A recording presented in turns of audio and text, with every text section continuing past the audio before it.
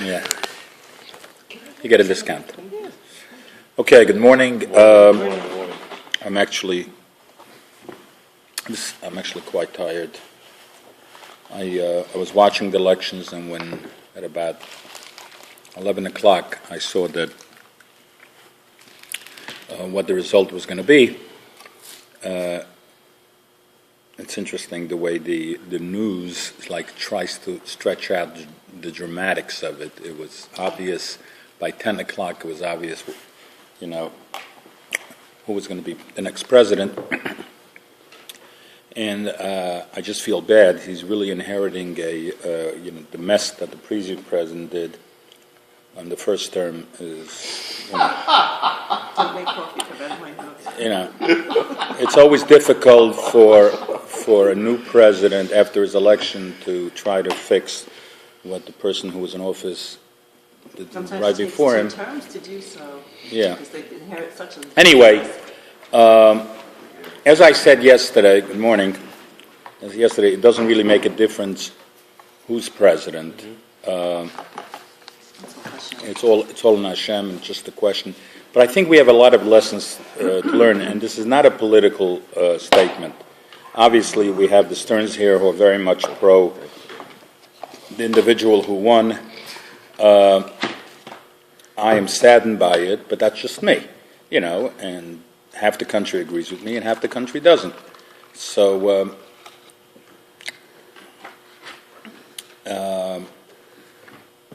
it's interesting to note that this is the first time in history where a president was reelected with less of a margin than the first time he was elected. Yeah. But there's no question God wanted him to be president. But the lesson to be learned, we have an expression, olam golem. That means the masses are ASSES. And it is not a political statement, but the country is in horrible shape. Nobody is better off today than they were 4 years ago. The economy, the more people unemployed now than there were 4 years ago. The unemployment rate is higher. I'm just amazed. It's not a bash against Obama. I'm making another statement, so listen to my point. I do not want this to become political. Okay?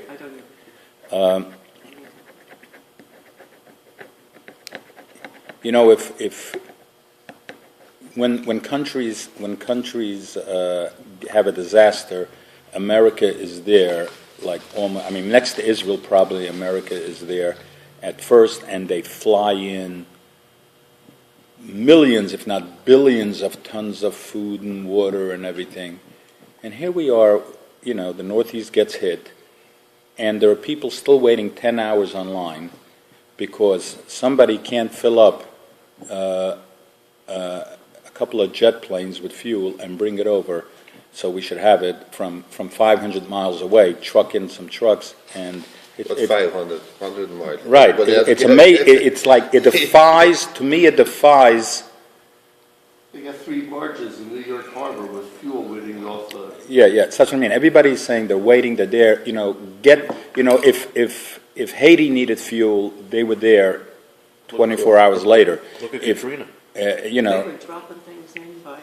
The people don't have water. People didn't have drinking water, and I don't understand. But the expression is the olam golem. So you would think that I don't know who Romney is, and I don't know if he could do better, and maybe he could do worse. But I know if I'm treating myself with a medication for 4 years and it's not working, I would try a new medication, not knowing what the new one is. But if the doctor gives me, so the thing is that people. I disagree completely. Huh? I disagree with you. It's not. I do. So I'll come to your share and you'll disagree with me. But the point is that people just, everybody, including those that voted for Romney, everybody votes for the wrong reason. Everything is emotional. Everything could be racist. Nothing matters. All this campaigning. In other words, if neither one of them campaigned and spent $500 million in total, the result probably would be the same. Nothing, all the rhetoric, everything they say, everything they promise, Yes, it's... because they can't trust either one. Quite You- frankly, they're you- both. Okay. Anyway, It's politics. It's not. the only other point that I want to make about this is that everybody agrees, and I've heard this, I was watching all the stations, the ones that are pro-Romney and the ones that are against him, and CNN and Fox News and everything, and just about everybody agrees that Hurricane Sandy is pushed the president in. There were many people who were on the fence, and he was very presidential. He didn't do anything, not a thing, but he was very presidential. He was there. He came in. He flew into New York. He made his photo ops, and he flew right out. He did that in a few different places. And that's what a president is supposed to do, because just the mere fact that people see a president gives them some emotional support anyway. They know the president is there, the president cares. That's important. And that pushed him over. Now I'm going to talk about the hurricane. I'm not going to talk about politics. And that wasn't a political statement. It's obvious that I am saddened. I mean, I think it's a dark day in American history. Absolutely You're wearing not. black. And Bright day. Liz, please, we understand. We can't do that. Liz, This is not about politics. Please, let's not discuss politics. I did not discuss politics. I'm discussing Yes. about the status of America. Is America on a good road? No. Is everybody in pain? Is everybody troubled? But Is the economy the worst? Is it ever? Never as bad as this. So I would like to think that people would say, hey, we have one disaster of another, a financial Can disaster. I make a comment Yeah. about what happened to me? Yeah. We were in Iran. Yeah. And the time of Shah, everything was good. But when Khomeini came to power, Yeah. all the Jews, they woken up. Like they were going to parties, movies, this and that. Then suddenly say, oh my, in a month or two, Right. everything has been changed. Everyone thinking to run away, escape. Maybe it's alarm or something to tell. Well, the if you Jewish look at nation. all the Torah sites, all of them, whether it's Hasidish, Litvish, they're all saying basically what Benny just said, that this is a wake-up call. Wake-up call. We have to be We are not protected. safe in America. Not at all.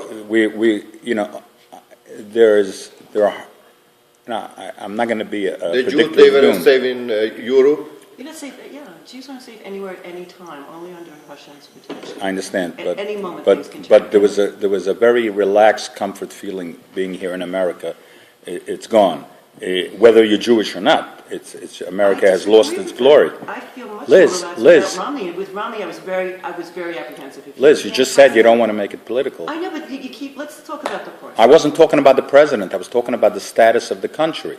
Yeah, but you're saying now even worse than ever because of this. Yeah, it is. No, It it's is. not. Well, Absolutely not. let's see. Sitting It's a here, reality. who's better off? Are you better off today than No. 4 years ago? Are you? Yes, You are? yes. Spiritually, yes, and that's everything. I depend. No, on not Hashem. spiritually. And financially, You absolutely. can't question Hashem's judgment. Whatever is, and you have to go with it. And Okay. that- it's Oh, all- Anyway, Let's go back to the hurricane. Yeah, Let's go back to the The hurricane. right I don't place. want So when right Hashem- time, people needed I you. didn't That's, come here for this. the guy on a plumbing supply, 2 days ago, he sold 1,000 water heater. He said he'd never made such a business. Some people are But going to do very well. consider this guy with another me. I got $100,000 damage. All my leases got ruined. All my file damaged. I don't know what to do now. I'm trying to get a blower. It's the storm, but you have to. But look at some the people reason. are lucky. One person is They lucky. say some of the worst lost bad. two Wait, they say hurricanes. some of the worst bad that Hashem sends is really some of the most concealed good that can. No, I'm not. I'm taking as So a, there's a good- what happened. Anyway, We got 10 minutes. huh? We got 10 minutes. We got 10 minutes. Yeah. The point is that when Hashem sends a storm like this, and as a result of something, this is the worst disaster in America, natural disaster in American history. The worst, bar none. The tab on this is going to be, I think, over $1 trillion. It's certainly way past Katrina already. And And as a result of a hurricane like this, You are not safe. Excuse me? You are No, not not safe. safe. As I said before, as a result of this hurricane, the president got pushed into office, so we have to say to ourselves, what a horrible thing had to happen for him to be pushed into office. What message should that send to us? And we have a concept of mitzvah habo ba'avera. Anytime something good comes about out of something bad, if you steal a lulav and you shake it and you do a mitzvah, that mitzvah is worthless because it came from an avera. So we have to say to ourselves, there was the wrath of God here. Now, there were certain good that came up about this, and I'm going to talk about it, and as it relates to last week's parsha. Last week's parsha was Abraham. He was just circumcised. He was ill. He was suffering. He was in pain. But what was most important on his mind? The guests. The guest. Hachnosa sarchem. To be hospitable to people who were weak and weary. They were on the road. Of course, he didn't know they were angels. And I think there was such especially in the Jewish community, it's throughout the country, but especially in the Jewish community, because it's just amazing what us Jews do, and I think we should be very proud. For example, in Staten Island, there was tremendous amount. The whole community got together, and basically, if you had extra clothes, and you had extra detergent, and you had extra food, there was a whole mechanism set up. Everybody was taken care of. There were thousands of people who were homeless, and there was, within literally hours, housing was provided. Nobody slept in the street. I heard in Israel, when time of war, they don't look at you, you are religious, even though in the street, when regular day, they curse the Hasidim, they curse the... But the time of war, everybody get united. Everyone's a Jew. Right. They pick up each other. And by the way, Underwear in Staten Island. what's that? There's a shortage of underwear in Staten Island. Well- They say they don't need clothes, they need underwear. Well, right now in my That's car, all it is. no, he's right. And in my car right now, I have packages of underwear that I'm going to bring. Yes, and guess I also have it somebody else said because to I you. dropped 2 sizes. Mendy, make sure they're not the monogrammed ones. No, not the ones that are marked, AR. Oh, God. That was good. You're bad. Anyway, so there's another thing that we see when it says in the parsha that when the guests came, it says that he went to fetch the guests food. It says ve'ala bokar rotz Avram, and to the cattle Abraham ran to get it. So it's not just that they were hospitable; he was hospitable. He ran. In other words, he did it with energy, with love, with fervor, and not like, hey, all right, this guy doesn't have what to eat, I'll give him something. I mean, he was really into it. And also, he gave them the best food. So sometimes we have to know that when we give charity, especially if we give somebody clothing, everybody likes to give clothing. They, whatever they were about to throw out, now they have it in their closet, in their attic. They give away their food and clothing. Whatever you had left over from Shabbos, you bring over, you give it to the guy. They said that he shecht 3 cow. Right. You could have 1 cow would be enough for everybody. Right. So I think it's a lesson to learn that if you're helping somebody, give him. Don't make him a second-class citizen. In your eyes, just because his status right now is not where he should be, but he's still deserving. Treat yourself. Even better. I think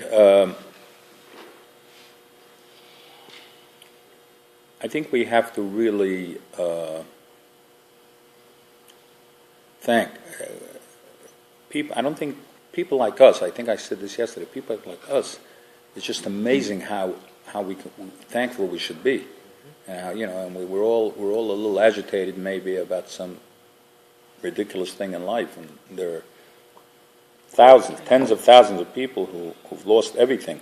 I was I mean, my own daughter lost everything that she had in her life, you know. I didn't know that. Yeah. Oh, you didn't know? Yeah, Just my see the pictures of places. my daughter's place, and I'm not blaming a bum for that. Let me be clear about that. No offense taken. Her whole house was underwater, and everything except the clothes she was wearing on her back. She lost all her The clothing. problem is the Pictures. flood insurance. You have to have flood insurance to cover that. Well, it may or may not. So, I'm yes, sorry to hear that. Yeah. And I heard a story. I picked up my son over at Aftercare, and he is the sweetest teacher. Right? I don't want to get off topic here, but just come to my mind.